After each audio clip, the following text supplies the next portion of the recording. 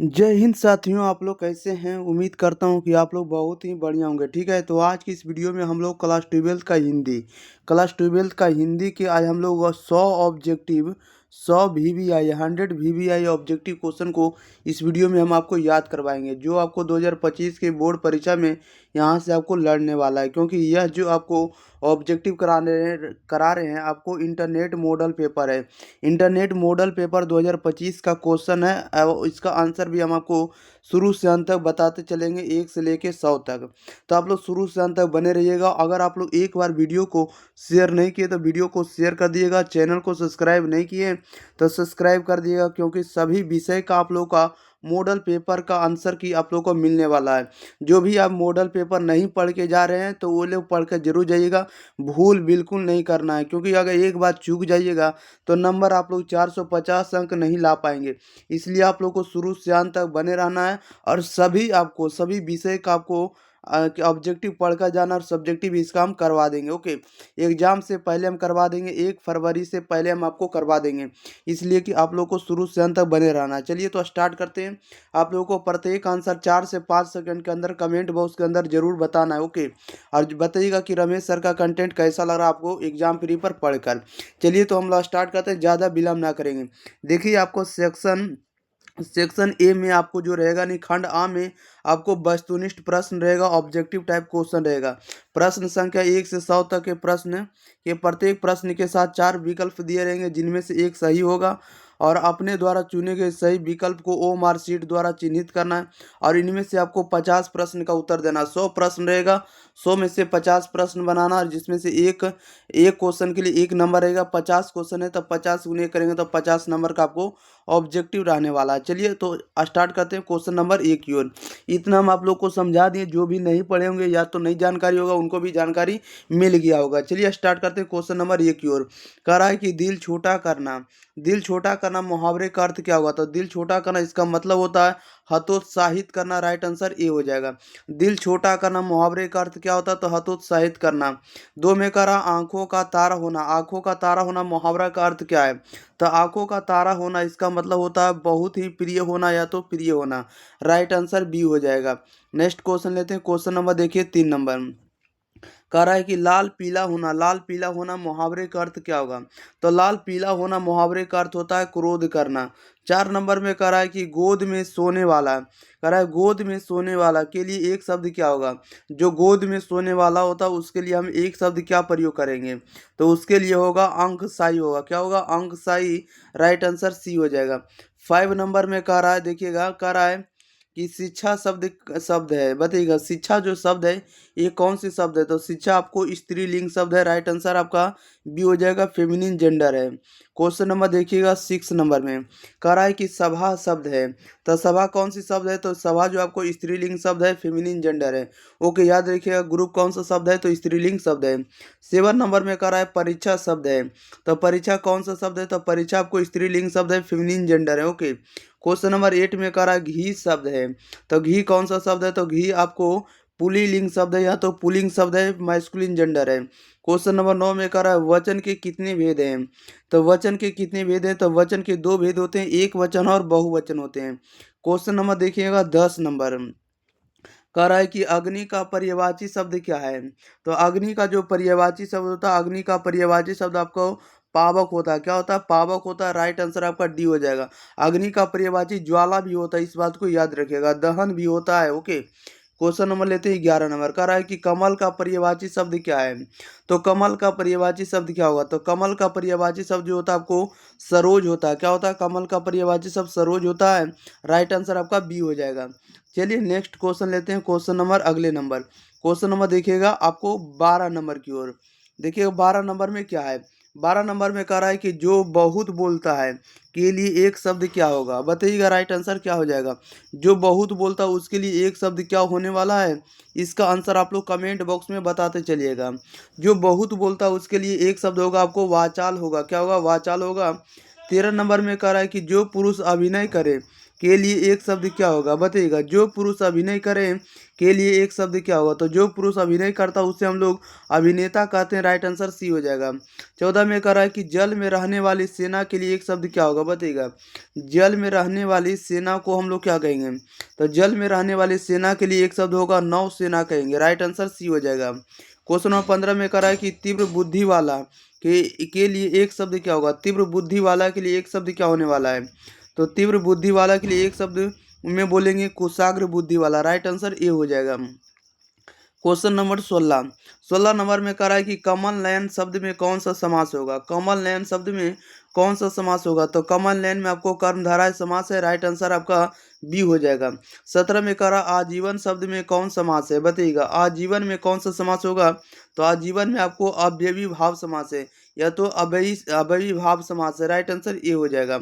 18 में कह रहा है कि अग्रज अनुज शब्द में कौन सा समास होगा बताइएगा। अग्रज अनुज में कौन सा समास होगा, तो अग्रज अनुज में जब भी आपको बीच में अगर हाइफन आ जाएगा, यानी आपको कहीं अगर इस लाइन का खींचा हुआ रह जाएगा बीच में, तो उसके हम लोग बोलेंगे द्वंद्ववाचक समास बोलेंगे। राइट आंसर आपका बी हो जाएगा। ओके, नेक्स्ट क्वेश्चन नंबर लेते हैं हम लोग 19 नंबर में। कह रहा है 19 नंबर में कि नवरत्न जो है कौन सा शब्द होगा बताइएगा। नवरत्न जो है कौन सा समास होगा, इसका राइट आंसर आप लोग बताइएगा। नवरत्न कौन सा समास होगा, आप लोग इसका जल्दी जल्दी आंसर बताइएगा। नवरत्न के बारे में बताना है, तो नवरत्न जो होगा आपको द्विगु समास होगा। राइट आंसर आपका डी हो जाएगा। जो भी आपको संख्या बताएगा नवरत्न हो, जो भी संख्या बताएगा द्विगु समास होगा, क्योंकि नव बोल रहा है, और नव का मतलब क्या होता है, तो नौ मतलब 9 होता है। जैसे त्रिभुज बोल देगा तो त्रि का बोलेगा तो त्रि मतलब ये द्विगु समास का हो जाएगा, क्योंकि संख्या बताएगा। क्वेश्चन नंबर देखिएगा 20। कह रहा है कि आयुष्मान का पर्यायवाची शब्द क्या है, तो आयुष्मान का पर्यायवाची शब्द जो होगा चिरंजीवी होता है। क्या होता है, चिरंजीवी होता है। राइट आंसर बी हो जाएगा। 21 में कह रहा है पृथ्वी का पर्यायवाची शब्द क्या है, तो पृथ्वी का पर्यायवाची शब्द क्या होगा, तो पृथ्वी का पर्यायवाची शब्द होगा आपको भूमि होगा। राइट आंसर बी हो जाएगा। 22 में कह रहा है संधि के कितने भेद हैं, तो संधि के कितने भेद हैं, तो संधि के 3 भेद होते हैं। कितने भेद होते हैं, तो 3 भेद होते हैं। स्वर ये होता है आपको स्वर संधि, विसर्ग संधि और आपको व्यंजन संधि होते हैं। नेक्स्ट क्वेश्चन नंबर देखिएगा 23 नंबर में। 23 नंबर में कह रहा है कि दिगंबर शब्द का संधि विच्छेद क्या होगा। दिगंबर का संधि विच्छेद क्या होगा, तो दिगंबर का होगा दिक जोड़ अंबर। राइट आंसर ये हो जाएगा। 24 में कह रहा है यशोदा शब्द का संधि विच्छेद क्या होगा, तो यशोदा का संधि विच्छेद होगा यशा जोड़ दा होगा। क्या होगा, यशा जोड़ दा होगा। राइट आंसर डी हो जाएगा। नेक्स्ट क्वेश्चन नंबर देखिएगा 25 नंबर में। 25 नंबर में कह रहा है तपोवल शब्द का संधि विच्छेद क्या होगा। तपोवल शब्द का संधि विच्छेद क्या होगा, तो तपोवल का संधि विच्छेद होगा तपह जोड़ बल होगा। क्या होगा, तपह जोड़ बल। राइट आंसर बी हो जाएगा। 26 में कह रहा वार्तालाप शब्द का संधि विच्छेद क्या है बताइएगा। वार्तालाप का संधि विच्छेद होगा वार्ता जोड़ आलाप होगा। क्या होगा, वार्ता जोड़ आलाप। राइट आंसर ए हो जाएगा। नेक्स्ट क्वेश्चन नंबर देखिएगा 27 नंबर की ओर। 27 नंबर में कह रहा है कि महेश शब्द का संधि विच्छेद क्या होगा बताइएगा। महेश का संधि विच्छेद क्या होगा, तो महेश का संधि विच्छेद होगा महाजोड़ ईस होगा। क्या होगा, तो महाजोड़ ईस। राइट आंसर डी हो जाएगा। 28 में कह रहा है कि कठोर शब्द का विलोम क्या होगा बताइएगा। कठोर शब्द का विलोम क्या होगा, तो कठोर का विलोम होगा कोमल होगा। राइट आंसर सी हो जाएगा। 29 में कह रहा स्तुति शब्द का विलोम क्या होगा बताइएगा। स्तुति शब्द का विलोम होगा निंदा होगा। राइट आंसर आपका बी हो जाएगा। स्तुति का उल्टा क्या होता है, तो निंदा होगा। राइट आंसर बी हो जाएगा। क्वेश्चन नंबर देखिएगा 30 नंबर। कह रहा है कि कनिष्ठ शब्द का विलोम शब्द क्या होगा। कनिष्ठ का विलोम बताना है, तो कनिष्ठ का वो होगा उल्टा आपको ज्येष्ठ होगा। राइट आंसर आपका बी हो जाएगा। कनिष्ठ मतलब छोटा और ज्येष्ठ मतलब बड़ा होता है। 31 नंबर में कह रहा अंतरंग शब्द का विलोम क्या होगा बताइएगा। अंतरंग शब्द का विलोम क्या होगा, तो अंतरंग का होता है विलोम आपका बहिरंग होता है। राइट आंसर ये हो जाएगा। 32 में कह रहा तिमिर शब्द का विलोम क्या होगा बताइएगा। तिमिर का विलोम क्या होगा, तो तिमिर का विलोम आपका प्रकाश होगा। राइट आंसर सी हो जाएगा। क्वेश्चन नंबर 33 में कह रहा है कि कृष्ण शब्द का विलोम शब्द क्या होगा बताइएगा। कृष्ण का विलोम क्या होगा, तो कृष्ण का विलोम आपको शुक्ल होता है। राइट आंसर आपका बी हो जाएगा। कृष्ण का क्या होता है, शुक्ल होता है। राइट आंसर बी हो जाएगा। ओके, याद रखिएगा। 34 में कह रहा विज्ञान शब्द में कौन सा उपसर्ग लगा हुआ बताइएगा। विज्ञान शब्द में उपसर्ग कौन है बताइएगा। विज्ञान में आपको उपसर्ग बताना है, तो विज्ञान में जो उपसर्ग लगा हुआ आपको बी लगा हुआ। कौन सा उपसर्ग लगा हुआ है, तो बी उपसर्ग लगाओ, क्योंकि विज्ञान का अगर हम लोग करेंगे तो बी जोड़ ज्ञान करेंगे। क्या कहेंगे, बी जोड़ ज्ञान करेंगे, यानी बी मतलब होता है विशेष और ज्ञान मतलब ज्ञान। विशेष ज्ञान को ही विज्ञान कहेंगे। जो पहले लगेगा उसे उपसर्ग करेंगे, जो बाद में लगेगा मात्रा उसे क्या कहेंगे, तो उसे हम लोग कहेंगे प्रत्यय बोलते हैं। ओके, चलिए नेक्स्ट क्वेश्चन ले लेते हैं। क्वेश्चन नंबर देखिएगा आप लोग, क्वेश्चन नंबर आप लोगों के पास है 35 नंबर की ओर। ओके, कोई भी दिक्कत नहीं होने देंगे प्यारे साथियों। आप लोगों को वीडियो को लाइक करना और शेयर करना, चैनल को सब्सक्राइब करना। आपको पूरे कंटेंट इसी चैनल पर एग्जाम प्री चैनल पर आपको रमेश सर के द्वारा दिया जाएगा। चलिए नेक्स्ट क्वेश्चन, क्वेश्चन नंबर 35 कह रहा है कि पुरातन शब्द में कौन सा उपसर्ग लगा हुआ, बताइएगा। पुरातन में कौन सा उपसर्ग लगा हुआ, तो पुरातन में आपको पूरा उपसर्ग लगा हुआ, राइट आंसर सी हो जाएगा। 36 में करा आदि काल शब्द में उपसर्ग है, बताइएगा आदि काल में जो है कौन सा उपसर्ग लगा हुआ है, तो आदि काल में आपको आदि लगा हुआ, राइट आंसर आपका ए हो जाएगा। 37 में करा ममेरा शब्द में कौन सा प्रत्यय लगा हुआ, प्रत्यय यानी बाद में बताना है, तो ममेरा शब्द में कौन सा प्रत्यय लगा हुआ है, इसका राइट आंसर बताइएगा। तो ममेरा में आपको एरा लगा हुआ है, एरा प्रत्यय लगा हुआ, क्योंकि मम जोड़ एरा करेंगे, तो राइट आंसर आपका ए हो जाएगा। नेक्स्ट क्वेश्चन, क्वेश्चन नंबर देखिएगा 38 नंबर की ओर। 38 नंबर में कह रहा है कि पढ़ाई, पढ़ाई शब्द में कौन सा प्रत्यय है, बताइएगा। पढ़ाई शब्द में कौन सा प्रत्यय लगा हुआ है, तो पढ़ाई में आपको आई लगा हुआ, पढ़ जोड़ आई, आई कहेंगे, राइट आंसर आपका ए हो जाएगा। 39 में करा दिखावट शब्द में प्रत्यय कौन है, बताइएगा। दिखावट में कौन सा प्रत्यय लगा हुआ है, तो दिखावट में आपको आवट लगा हुआ, राइट आंसर आपका डी हो जाएगा। 40 में करा शास्त्र शब्द का विशेषण क्या होगा, तो शास्त्र का विशेषण आपको शास्त्रीय होगा, राइट आंसर आपका बी हो जाएगा। नेक्स्ट क्वेश्चन, क्वेश्चन नंबर देखिएगा 41 नंबर की ओर। 41 नंबर में कह रहा है रंग शब्द का विशेषण क्या है, बताइएगा। रंग शब्द का विशेषण क्या होगा, तो रंग का विशेषण आपको रंगीन होगा, राइट आंसर आपका डी हो जाएगा। 42 में कह रहा है वेद शब्द का विशेषण क्या है, वेद शब्द का विशेषण क्या होगा, तो वेद का जो विशेषण होगा आपको वैदिक होगा, क्या होगा, वैदिक होगा, राइट आंसर ये हो जाएगा। 43 में कह रहा है कि आचार्य शब्द में कौन सी संज्ञा, बताइएगा। आचार्य जो लिखा हुआ है ये आचार्य कौन सी संज्ञा है, तो आचार्य आपको जातिवाचक संज्ञा है। आचार्य कहने से किसी खास आचार्य, किसी खास गुरु का बोध नहीं हो रहा है, बल्कि पूरे आचार्य का बोध हो रहा है, उसे हम लोग जातिवाचक संज्ञा कहते हैं, राइट आंसर ये हो जाएगा। 44 नंबर में कह रहा है चतुराई शब्द में कौन सी संज्ञा, बताइएगा। चतुराई में जो है कौन सी संज्ञा है, तो चतुराई में आपको भाववाचक संज्ञा, राइट आंसर सी हो जाएगा। 45 में कह रहा है गुच्छा शब्द में कौन सी संज्ञा है, तो गुच्छा में कौन सी संज्ञा, तो गुच्छा आपको समूह का बोध करा रही, राइट आंसर आपको सी हो जाएगा, समूहवाचक संज्ञा हो जाएगा। नेक्स्ट क्वेश्चन लेते हैं, क्वेश्चन नंबर देखिएगा 46 नंबर की ओर। 46 नंबर में कह रहा है कि प वर्ण का उच्चारण स्थान क्या है, प वर्ण का उच्चारण स्थान क्या होता है, प वर्ण का उच्चारण आपका ओष्ठ होता है, राइट आंसर आपका सी हो जाएगा। प वर्ण का उच्चारण स्थान ओष्ठ होता है, राइट आंसर आपका सी हो जाएगा। 47 में करा कि द का उच्चारण स्थान क्या होगा, द का उच्चारण स्थान क्या होगा, तो द का उच्चारण स्थान तालु होगा, राइट आंसर बी हो जाएगा। 48 में करा का वर्ण का उच्चारण स्थान क्या है, बताइएगा।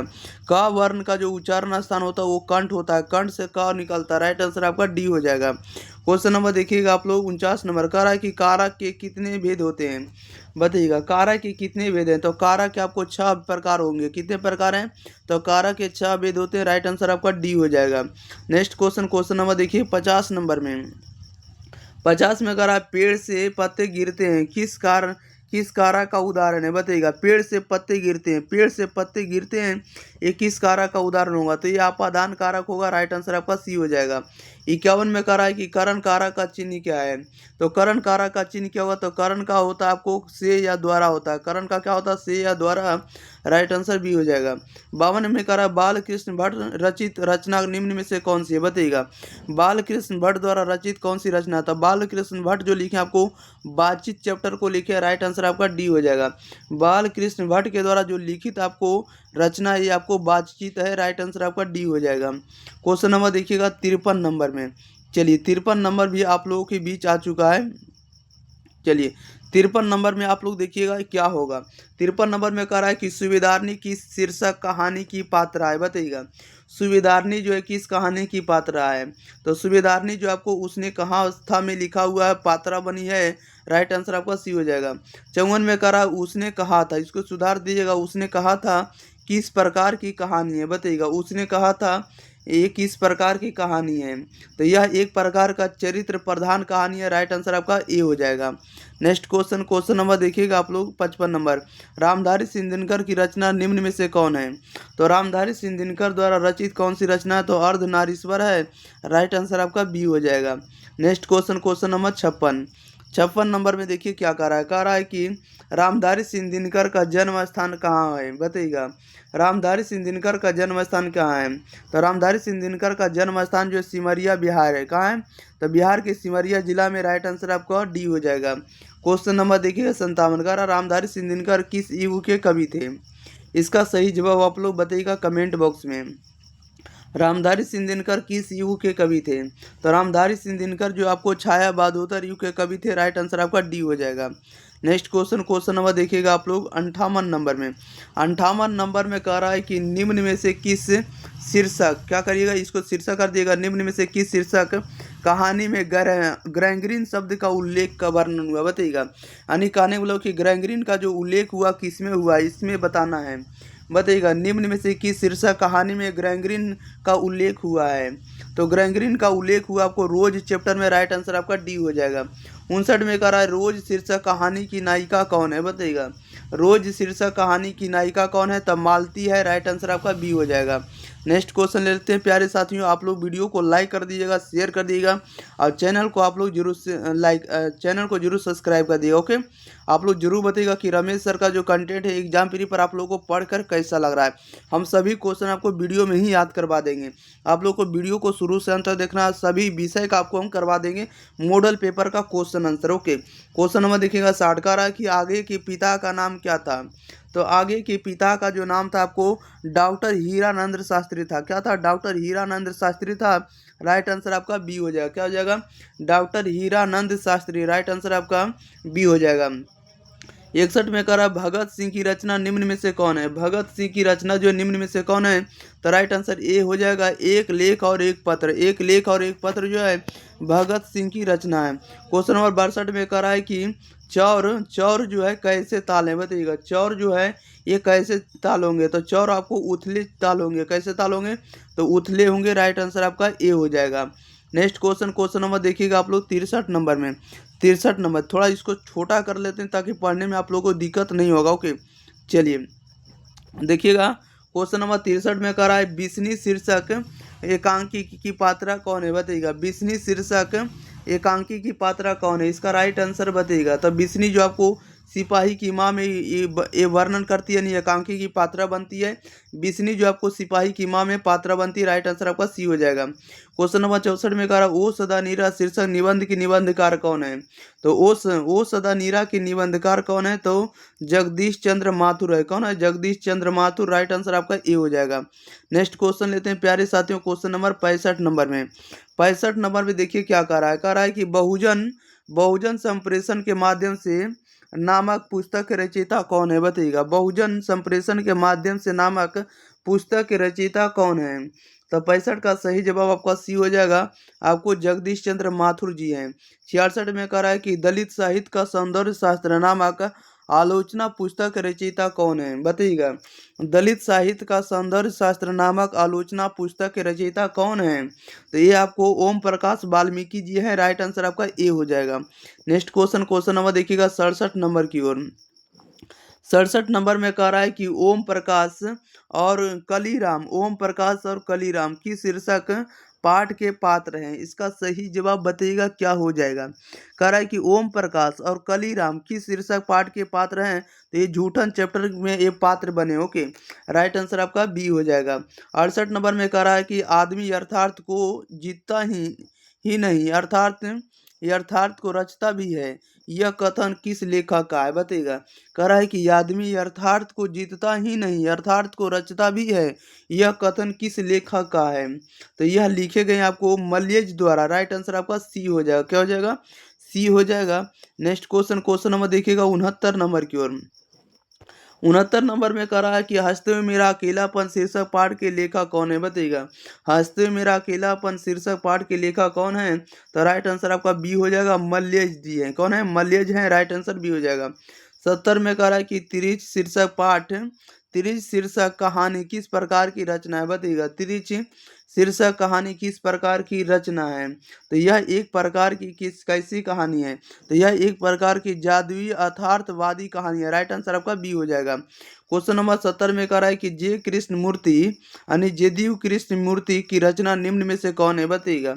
इसको शॉर्ट में ही पढ़िएगा, जे कृष्ण मूर्ति की रचना निम्न में से कौन है? तो ये राइट आंसर आपका डी हो जाएगा, क्योंकि शिक्षा के बारे में या तो शिक्षा पाठ का जो लेखक है या रचना जो है आपको जे कृष्ण मूर्ति जी हैं। नेक्स्ट क्वेश्चन लेते हैं। क्वेश्चन नंबर 72 नंबर में कह रहा है कि लीड बेटर के अनुसार जे कृष्ण मूर्ति क्या थे? बताइएगा। लीड बेटर के अनुसार जे कृष्ण मूर्ति क्या थे? तो 72 का राइट आंसर आपको बी हो जाएगा, विश्व शिक्षक थे। ओके, वर्ल्ड टीचर थे। राइट आंसर बी हो जाएगा। 73 में कह रहा है कि ओराव भाषा में धांगड़ शब्द का अर्थ क्या होता है? बताइएगा। ओराव भाषा में जो होता है धांगड़ का अर्थ क्या होता है? तो धांगड़ का जो अर्थ होता है भाड़े का मजदूर होता है। क्या होता है? भाड़े का मजदूर। राइट आंसर ए हो जाएगा। क्वेश्चन नंबर 74 में कह रहा है कि गंडक नदी की चर्चा किस शीर्षक पाठ में है? बताइएगा। गंडक नदी की चर्चा जो है किस शीर्षक पाठ में की गई है? तो यह की गई आपको ओ सदा नीरा में। राइट आंसर भी हो जाएगा। 75 में कह रहा रामधारी सिंह दिनकर किस विश्वविद्यालय में उप कुलपति के पद पर आसीन रहे हैं? बताइएगा। रामधारी सिंह दिनकर किस विश्वविद्यालय में उप कुलपति के पद पर आसीन रहे हैं? तो यह रहे आपको भागलपुर विश्वविद्यालय के। राइट आंसर सी हो जाएगा। नेक्स्ट क्वेश्चन नंबर देखिएगा 76 नंबर में। 76 में कह रहा है कि अर्धनारीश्वर शीर्षक पाठ हिंदी साहित्य की कौन सी विधा है? बताइएगा। अर्धनारीश्वर शीर्षक पाठ हिंदी साहित्य की कौन सी विधा है? तो यह एक प्रकार का निबंध है। राइट आंसर सी हो जाएगा। क्वेश्चन नंबर 77 में कह रहा स्पीच का उद्देश्य सुनने वालों के मन में जोश और उत्साह पैदा कर देना है। यह उक्ति है, यह युक्ति जो ली गई है यह कहाँ से ली गई है? राइट आंसर बताइएगा। तो यह युक्ति आपको प्रेमचंद्र की है। राइट आंसर सी हो जाएगा। स्पीच का उद्देश्य सुनने वालों के मन में जोश और उत्साह पैदा कर देना है। यह युक्ति जो है, यह जो कथन है आपको प्रेमचंद्र का। राइट आंसर आपका सी हो जाएगा। ओके, नेक्स्ट क्वेश्चन नंबर देखिए 78 नंबर में कह रहा है कि प्राकृतिक वर्णन से संबंधित कविता है। प्राकृतिक वर्णन से संबंधित कविता कौन सी है? तो ये आपको उषा चैप्टर लिया गया। ओके, प्राकृतिक वर्णन से संबंधित जो कविता आपको उषा है। राइट आंसर आपका बी हो जाएगा। नेक्स्ट क्वेश्चन लेते हैं। क्वेश्चन नंबर देखिएगा अगले नंबर की ओर। क्वेश्चन नंबर देखिए 79 नंबर की ओर। चलिए 79 नंबर में देखिए क्या कह रहा है। 79 नंबर में कह रहा है कि कवियों का कवि किसे कहा जाता है? आप लोग इसका बताइएगा, आंसर क्या होगा सही जवाब। कवियों का कवि किसे कहा जाता है? तो कवियों का कवि आपको शमशेर बहादुर सिंह को कहा जाता है। 80 नंबर में कह रहा है मुक्ति बोध का पूरा नाम क्या है? बताइएगा। मुक्ति बोध का पूरा नाम क्या होता है? मुक्ति बोध का पूरा नाम होता है गजानन माधव मुक्ति बोध है। राइट आंसर आपका सी होगा। मुक्ति बोध का जो पूरा नाम होता है गजानन माधव मुक्ति बोध है। ओके, याद रखिएगा, इस बात को बहुत बार पूछे जाते हैं। जितना भी प्यारे साथियों क्वेश्चन करवा रहे हैं आपको एग्जाम में, आपको 100% यहाँ से क्वेश्चन पूछे जाएंगे भर भर के। ओके, इसलिए सभी सेट आप लोग जरूर कर जाइएगा। 81 नंबर में कह रहा है कि ज्ञानेंद्र पति किस प्रशासनिक पद पर कार्यरत थे? बताइएगा। ज्ञानेंद्र पति किस प्रशासनिक पद पर कार्यरत थे? तो राइट आंसर आपका बी हो जाएगा, कारा अधीक्षक के पद पर थे कार्यरत। ओके, 82 में कह रहा है गाँव का घर शीर्षक कविता के कवि कौन है? बताइएगा। गाँव का घर शीर्षक कविता के कवि कौन है? तो इनके जो कवि है ज्ञानेंद्र पति है। गाँव के घर के शीर्षक कविता के जो कवि हैं यानी लेखक जो आपको कौन है? तो ज्ञानेंद्र पति जी हैं। क्वेश्चन नंबर 83 में कह रहा उषा शीर्षक कविता के कवि कौन है? बताइएगा। उषा शीर्षक कविता के कवि कौन है? तो राइट आंसर आपका बी हो जाएगा, शमशेर बहादुर सिंह है। Shamsher Bahadur Singh. Right answer B हो जाएगा। क्वेश्चन नंबर देखिएगा आप लोग 84 नंबर की ओर। 84 नंबर में कह रहा है कि तुलसीदास का जन्म कहाँ हुआ था? बताइएगा। तुलसीदास का जन्म कहाँ हुआ था? इसका सही जवाब आप लोग बताइएगा क्या हो जाएगा सही जवाब।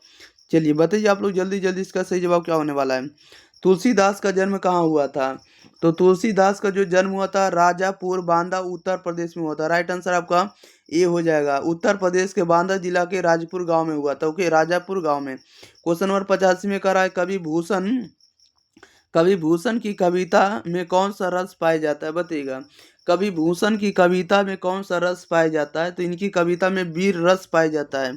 राइट आंसर सी हो जाएगा। क्वेश्चन नंबर 86 86 नंबर में कह रहा है कि जयशंकर प्रसाद रचित का महाकाव्य निम्न में से कौन है? बताइएगा, जयशंकर प्रसाद रचित महाकाव्य निम्न में से कौन है? तो राइट आंसर आपका ए हो जाएगा, कामायनी है। कौन है? कामायनी। 87 नंबर में कह रहा है सुभद्रा कुमारी चौहान का जन्म स्थान कहाँ है? बताइएगा, सुभद्रा कुमारी चौहान का जन्म स्थान कहाँ है? तो इनके जन्म स्थान जो आपको कहाँ है, आप लोग बताइएगा, सही जवाब क्या हो जाएगा? सुभद्रा कुमारी चौहान का जन्म स्थान कहाँ है? तो राइट आंसर आपका डी हो जाएगा, निहालपुर है। कहाँ? निहालपुर है। ओके, क्वेश्चन नंबर देखिएगा 88। कह रहा है पुत्र वियोग शीर्षक कविता की कवित्री कौन है? बताइएगा, पुत्र वियोग शीर्षक कविता की कवित्री कौन है? तो इनकी कवित्री आपको है सुभद्रा कुमारी चौहान जी हैं। Next question, question number 89 number में कह रहा है कि मेरा खोया हुआ खिलौना अब तक मेरे पास न आया, यह पंक्ति किस शीर्षक कविता की है? बताइएगा, मेरा खोया हुआ खिलौना अब तक मेरे पास न आया, यह पंक्ति किस शीर्षक कविता की है? तो यह आपको पुत्र वियोग से ली गई है। राइट आंसर ये हो जाएगा। 90 नंबर में कह रहा है कि पंचायती राज्य में जैसे खो गए पंच परमेश्वर, यह पंक्ति किस शीर्षक कविता की है? बताइएगा, कह रहा है पंचायती राज्य में जैसे खो गए पंच परमेश्वर, यह पंक्ति जो है किस शीर्षक कविता की है? तो यह ली गई आपको गांव का घर की। राइट आंसर सी हो जाएगा। क्वेश्चन नंबर देखिएगा 91 नंबर में। 91 नंबर में कह रहा है प्यारे नन्हे बेटे को शीर्षक कविता का नायक कहाँ का रहने वाला है? बताइएगा, प्यारे नन्हे बेटे को शीर्षक कविता का नायक कहाँ का रहने वाला है? इसका सही जवाब बताइएगा। तो ये रहने वाला भिलाई छत्तीसगढ़ का। ओके, क्वेश्चन नंबर 92 में कह रहा है कि दानव दुरात्मा एक मानव की आत्मा एक, यह पंक्ति जो है किस शीर्षक कविता की है? तो यह पंक्ति किस शीर्षक कविता की है? तो यह ली गई है किसे? यह ली गई आपको जन जन का चेहरा एक की। राइट आंसर आपका सी हो जाएगा। नेक्स्ट क्वेश्चन लेते हैं, क्वेश्चन नंबर देखिएगा 93 नंबर की ओर। 93 नंबर में कह रहा है कि छत्रसाल दशक शीर्षक कृति की रचनाकार कौन है? बताइएगा, छत्रसाल दशक शीर्षक कृति की रचनाकार कौन है? तो इनके रचनाकार कौन है? राइट आंसर आपका बी हो जाएगा, जयसी जी है। कौन है? जयसी हैं, मलिक मोहम्मद जयसी हैं। क्वेश्चन नंबर देखिए 94। कह रहा है कवि जयसी की रचना निम्न में से कौन है? बताइएगा, कवि जयसी की रचना निम्न में से कौन है? तो कड़वक चैप्टर है, यानी कड़वक का जो चैप्टर है आपको मलिक मोहम्मद जैसी की रचना है। राइट आंसर बी हो जाएगा। 95 में कह रहा है कि चित्रलेखा नामक रचना की रचयिता कौन है? बताइएगा, चित्रलेखा नामक रचना के रचयिता कौन है? तो इनके रचयिता कौन होगा? राइट आंसर आपका डी हो जाएगा। चित्रलेखा के जो रचना होंगे आपको मलिक मोहम्मद जैसी दिए। ओके, यानी जैसी याद रखिएगा शॉर्ट में। Next question, question number 96 number कह रहा है कि जैसी किस भक्ति शाखा के कवि हैं? बताइएगा, जैसी जो है किस भक्ति शाखा के कवि हैं? तो जैसी जो आपको प्रेम मार्गी शाखा के कवि हैं। राइट आंसर ये हो जाएगा। 97 में कह रहा है सूरदास किस काल के कवि हैं? सूरदास जो है किस काल के कवि हैं? तो सूरदास किस काल के कवि हैं? तो भक्ति काल के कवि है। राइट आंसर भी हो जाएगा। 98 नंबर में कह रहा है पाठ्य पुस्तक में सूरदास रचित पद कहाँ से संकलित है? बताइएगा, पाठ्य पुस्तक में सूरदास रचित पद कहाँ से संकलित है? तो यह कहाँ से संकलित है? यह सूरसागर से संकलित है। राइट आंसर आपका बी हो जाएगा। चलिए नेक्स्ट क्वेश्चन लेते हैं, क्वेश्चन नंबर 99 नंबर की ओर। आपके पास दो प्रश्न और बचे हुए हैं। क्वेश्चन नंबर 99 नंबर में कह रहा है कि तुलसीदास रचित सर्वश्रेष्ठ महाकाव्य है। बताइएगा, तुलसीदास रचित सर्वश्रेष्ठ महाकाव्य कौन सी है? तो सर्वश्रेष्ठ महाकाव्य का नाम आपको रामचरितमानस है। कौन है? रामचरितमानस। ये किनके द्वारा है? तो तुलसीदास द्वारा रचित सर्वश्रेष्ठ महाकाव्य है। क्वेश्चन नंबर 100 कह रहा है निम्न में लोकनायक कहे जाते हैं। बताइएगा, निम्न में से लोकनायक किसे कहे जाते हैं? लोकनायक के नाम से किसे जाना जाता है? यह लोकनायक की उपाधि किन्हें प्राप्त है? तो लोकनायक की उपाधि प्राप्त है जयप्रकाश नारायण जी को। राइट आंसर आपका ए हो जाएगा। क्या हो जाएगा? ए हो जाएगा। जयप्रकाश नारायण को हम लोग लोकनायक भी कहते हैं। राइट आंसर ए हो जाएगा। चलिए प्यारे साथियों, आप लोगों को 100 ऑब्जेक्टिव वादा किए थे, 100 के 100 ऑब्जेक्टिव आपको हम 100% याद करवा दिए। तो आपका भी कुछ फर्ज बनता है कि इस सर के लिए वीडियो को कम से कम एक बार शेयर तो करने बनता है। और अगर आप लोग चैनल को सब्सक्राइब नहीं किए प्यारे साथियों, तो चैनल को सब्सक्राइब कर दीजिएगा, क्योंकि आपको इसी चैनल पर सभी क्लास का मॉडल पेपर का सब एकदम सटीक आंसर आपको इस चैनल पर मिलने वाला है। ओके, तो आप लोग बने रहिएगा और वीडियो जब भी आपको पब्लिक होगा तो आप लोग जरूर जाकर देख लीजिएगा। आपको जब भी पब्लिक होता है या तो आपको 6 से 7 सुबह में होगा या तो 6 से 7 शाम में आपको पब्लिक होगा, और एक टाइम होगा आपको 2 से 3 के बीच होगा, 3 बार आपको वीडियो मिलेगा। ओके, यानी 6 से 7 अगर सुबह देख लेते हैं तो ठीक है, नहीं तो आपको शाम में जाकर भी देखना होगा। और 6 से 7 आपको शाम भी मिलेगा, और 2 से 3, ये 3 टाइम आप लोगों को वीडियो मिलते रहेगा। और आप लोग पहले ही हम आपको कवर करवा देंगे एग्जाम से पहले, इसलिए आपसे अनुरोध है कि एक बार वीडियो को अपने भाई बहन के पास जरूर शेयर करिए, और इस चैनल के बारे में, एग्जाम प्री चैनल के बारे में आप लोग जरूर बताइएगा।